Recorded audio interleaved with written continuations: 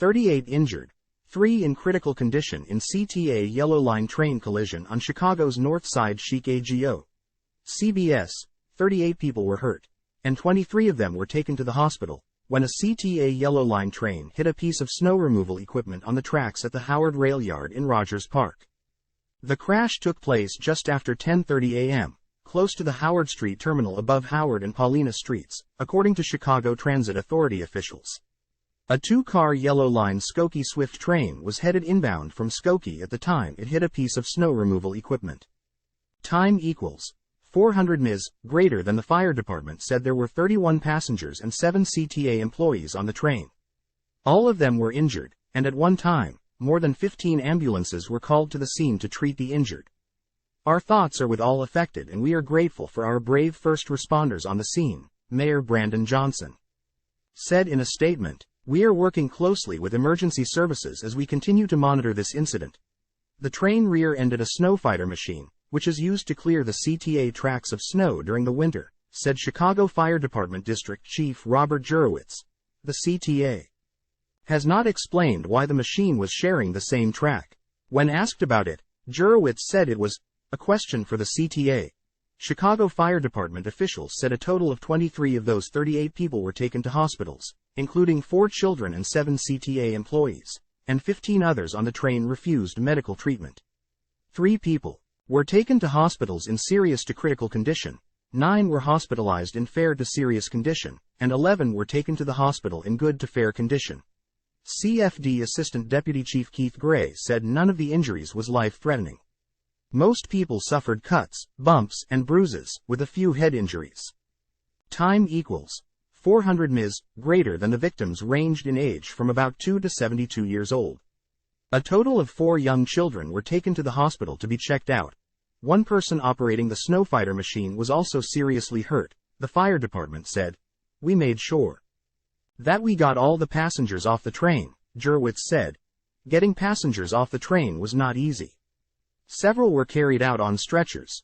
I'll tell you what, it was a very hard thing to do for the firemen, because they had to go up and down these embankments, carrying people on the rocks, Jurewicz said.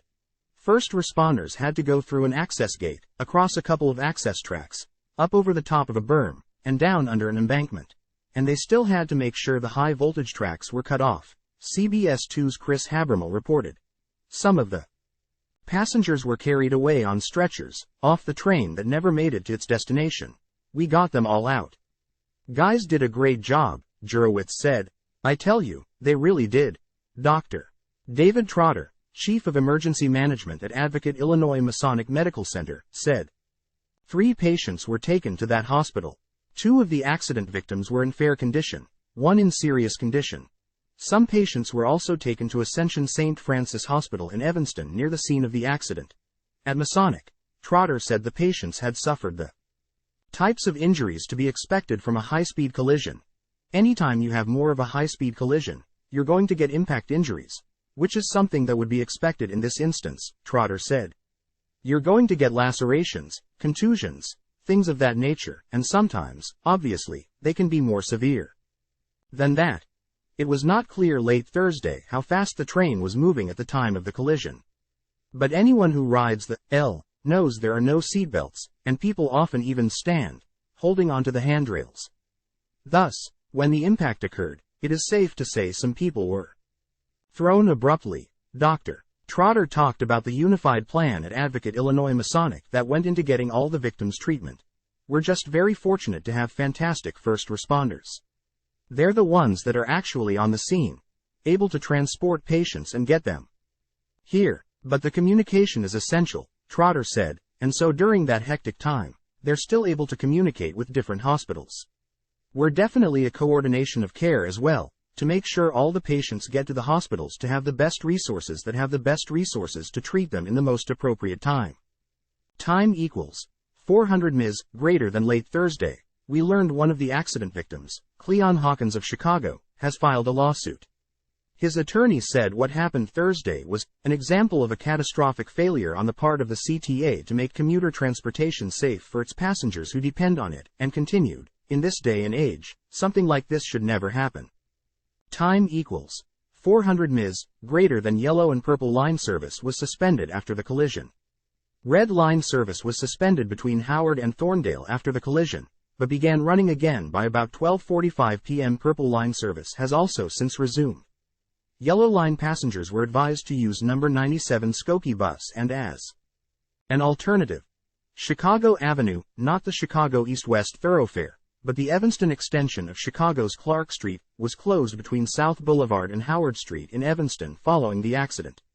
The Evanston Fire Department said the CTA shut off power to the red and purple lines.